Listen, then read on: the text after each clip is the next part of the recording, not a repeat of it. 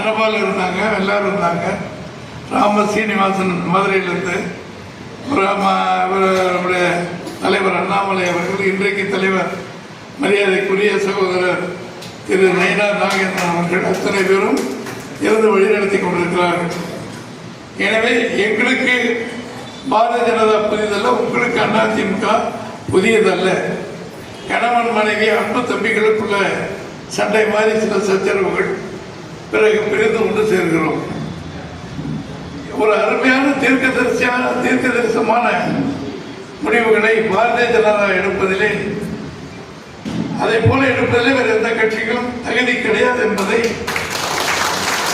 BJP தலைவர்கள் பிரதமர் நரேந்திர மோடிஜி அவர்களும், நட்டாஜி அவர்களும், அமித்ஷாஜி அவர்களும் எதை எப்பொழுது செய்தால் நன்றாக இருக்கும், எதை எந்த காலத்தில் செல்ல அந்த பயிர் வளரும் என்று நினைத்து எந்த யூகமும் இல்லாமல் அனைத்து இந்திய அண்ணா திமுக கழகத்துடைய கூட்டணியை அமைத்திருப்பது 100க்கு 100 இந்தியாவுக்கு பெருமை, தமிழ்நாட்டுக்கு பெருமை.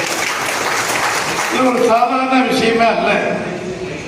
இன்றைக்கு மாண்புமிகு அமித்ஷாஜி அவர்கள் சென்னைக்கு வந்து மாண்புமிகு எடப்பாடி அவர்களை சந்தித்து எங்கள் கூட்டணி இன்றிலிருந்து ஆரம்பமாகிறது, இந்த கூட்டணிக்கு அனைத்து இந்திய அண்ணா திமுக கழகம் தலைமை தாங்குகிறது, முதலமைச்சர் பொறுப்பை மாண்புமிகு எடப்பாடி அவர்கள் ஏற்கிறார்கள், பிஜேபி அதுக்கு உறுதுணையாக ரத்தமும் சதையுமாக இருக்கும் என்று சொல்லி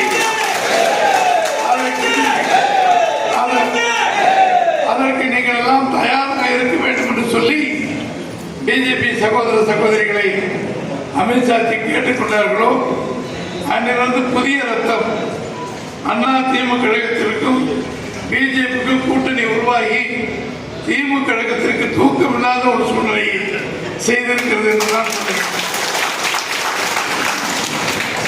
சும்மா இருக்கும் போதுதான் ஸ்டாலின் அவர்கள் பிஜேபி கேட்டு பாருங்க, அங்க சொல்லுங்க இங்க சொல்லுங்க, சட்டசபை நடக்கும்போது கூட நீங்க தான் கூட்டணியில் இருக்கீங்களே, நீங்க கேட்டு நிதி வாங்கி கொடுங்க.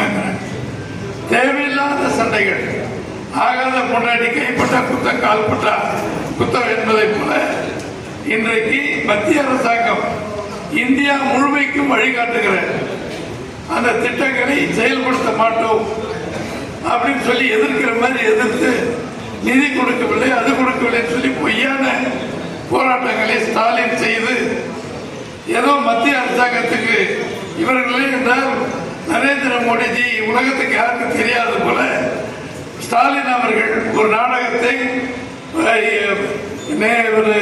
ராகுல்